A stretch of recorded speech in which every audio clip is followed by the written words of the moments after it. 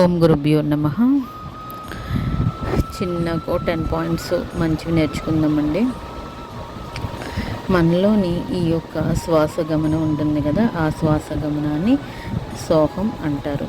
అయితే ఈ శ్వాస మనలోని మనం పీల్చుకున్నప్పుడు ఓం అని చేస్తూ ఉంటాం కదా, ఆ శబ్దము ఓంకారము శబ్దం వస్తుంది మనం గాలి పీల్చినప్పుడు. అది అయితే మనలోని ఉచ్ఛ్వాస నిశ్వాసాలు ఉన్నాయి కదా, దాన్ని అమ్మవారు అయ్యవారితో మనం పోలుస్తుంటారు. అంటే ఇక్కడ చెప్తున్నారు మనలోని జీవుడే ఆత్మారాముడిగా చెప్తున్నారు.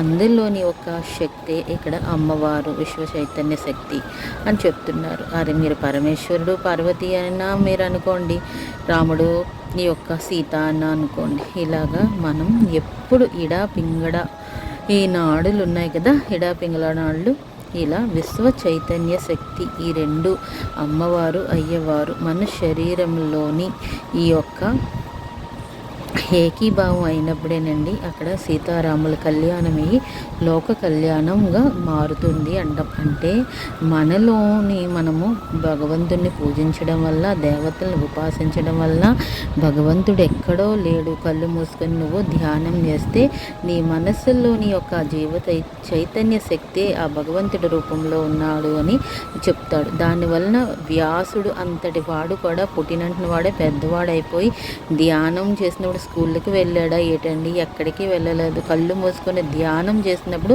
ఆ జ్ఞానాన్ని మనకి అందించాడు ఒక మార్గం ద్వారా, మౌనంగా ఉండడం ద్వారా. అందుకే వారంలో ఒక్కరోజైనా మౌనంగా ఉండండి అంటారు.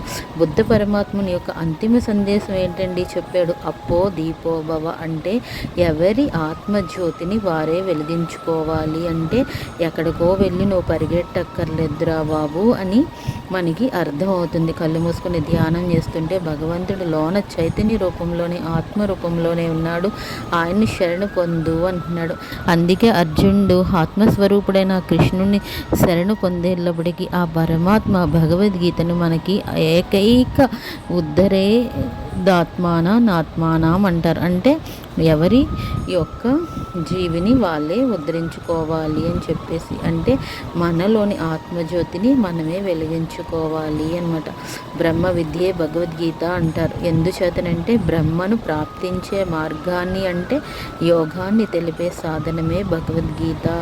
మన జీవాత్మను పరమాత్మగా మార్చే ఆ విద్య అనగా మనలోని జీవాత్మను విశ్వమంతా మనం ఆ పరమాత్మగా మనం చూడగలుగుతాం. అంటే ప్రతి ఒక్కరిలోని భగవంతుడు ఒక్కడే ఉన్నాడు.